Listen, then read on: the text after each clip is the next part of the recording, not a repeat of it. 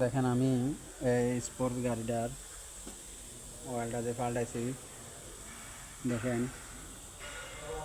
force, এই গাড়িটা force গাড়ি